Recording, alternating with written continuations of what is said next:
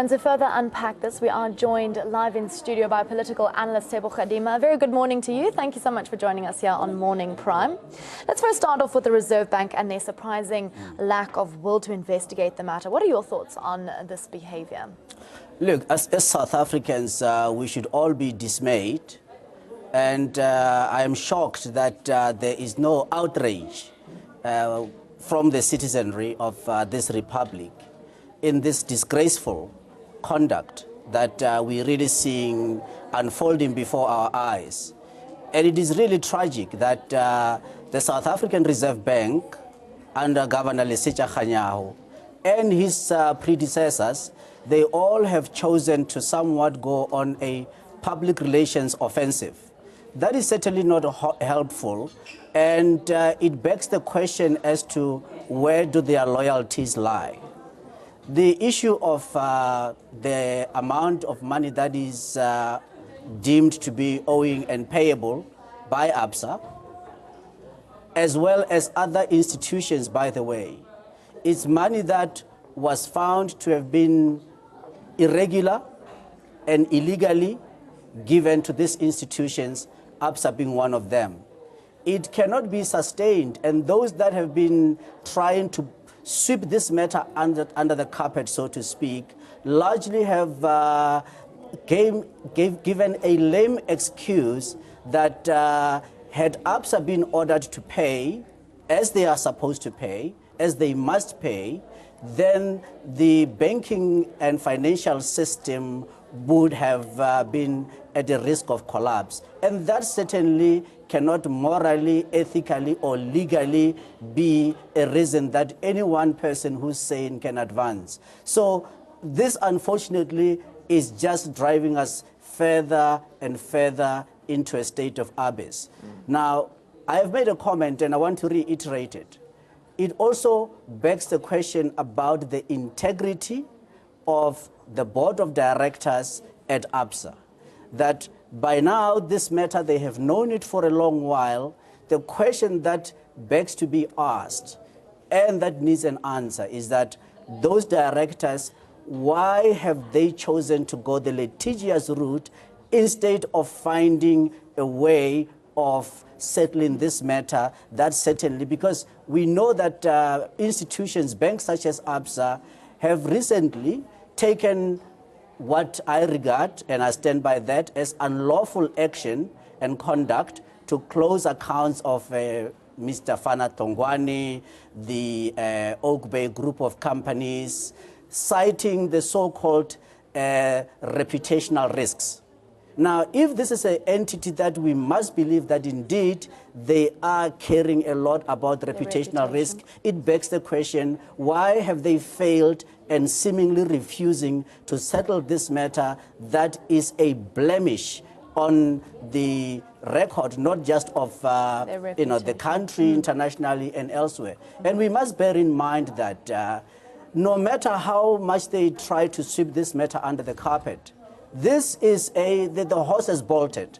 There are other initiatives of bringing litigation even against the South African Reserve Bank in other jurisdictions, and more so in the United States. So the question that has to be asked is that, well, how long does Governor Tshepo Kgadima of the South African Reserve Bank honestly and sincerely believe that he can continue to maintain, and if giving any critique on the provisional report of the public protector, could be on that there is some errors that they have really, when he's not addressing himself to the fundamental issue, the cardinal issue being that there is over 3 billion rand that was illegally and unethically, irregularly given to an institution that should never have been. So this is not the end, and unfortunately, we are going to see a lot more of these things coming out. The question is that, does the leadership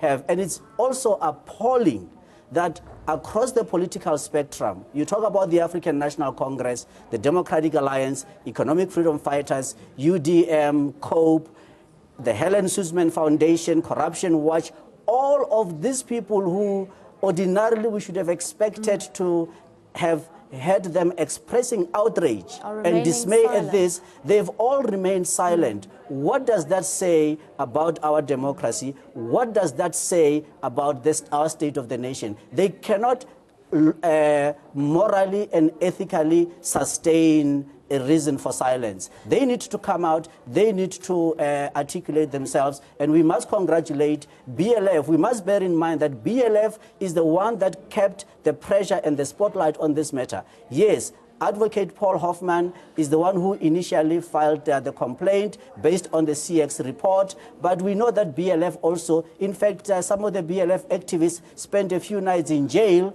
for this very action of having complained or lodged a formal complaint and wanting an update on why the previous public protector, Advocate Tulima Tonzela, seemingly was dragging her feet in making a pronouncement on this very important issue.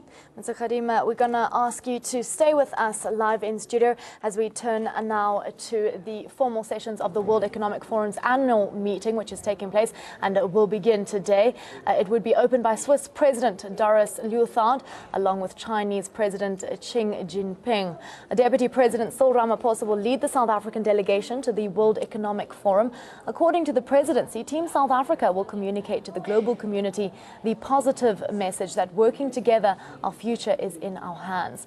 Earlier, the World Economic Forum's annual meeting began in Davos on Monday evening with a call for governments to be responsive and responsible in the backdrop of falling trust in all kinds of institutions and various studies painting a dismal picture for India, including an inclusive development, rich-poor gap and talent competitiveness. And going back to our discussion with our in-studio guest, political analyst Tshepo Kgadima, thank you so much for joining us once again. President Jacob Zuma will be missing this economic forum. The first time since 2010, instead, Deputy President Cyril Ramaphosa will be leading the delegation. Why do you think they have made this decision? Well, for starters, I do not believe that President Zuma should attend the World Economic Forum in Davos, and I don't think that we as a country are missing out on anything with our head of state in President Zuma not attending the World Economic Forum. We have to bear in mind that, yes, this is the 47th meeting of the World Economic Forum, but my own analysis and opinion is that the World Economic Forum currency is fast devaluing.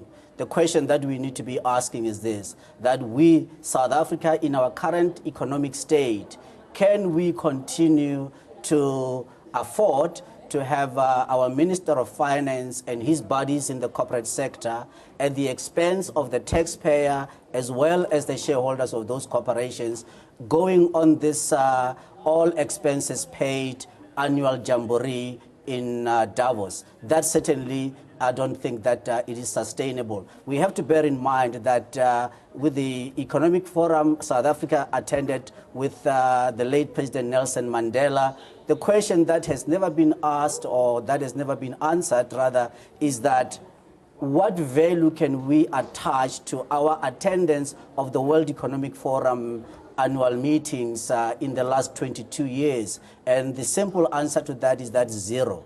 There is absolutely no one who can adduce any facts as to what benefit and what value we can derive from our attendance there, except that we spent lots and lots of money. Now, what is the definition of insanity? To do exactly the same thing over and over again, over and over, and expecting a different result. That is what we have been doing. Now, one asks a question. Yes, the World Economic Forum meetings are where what is called ideation.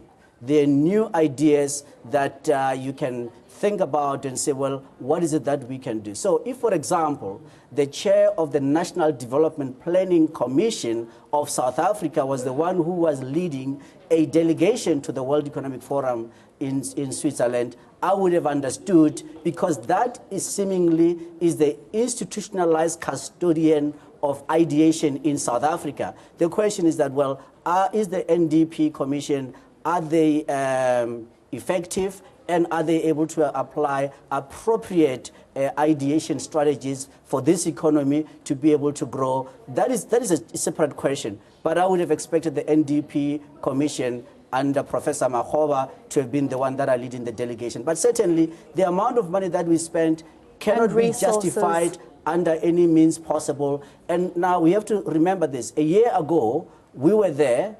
A year has gone past. There has never been any report back as to what did we gain and achieve from having attended. And this year, who are these investors that we are seeking to go and talk to?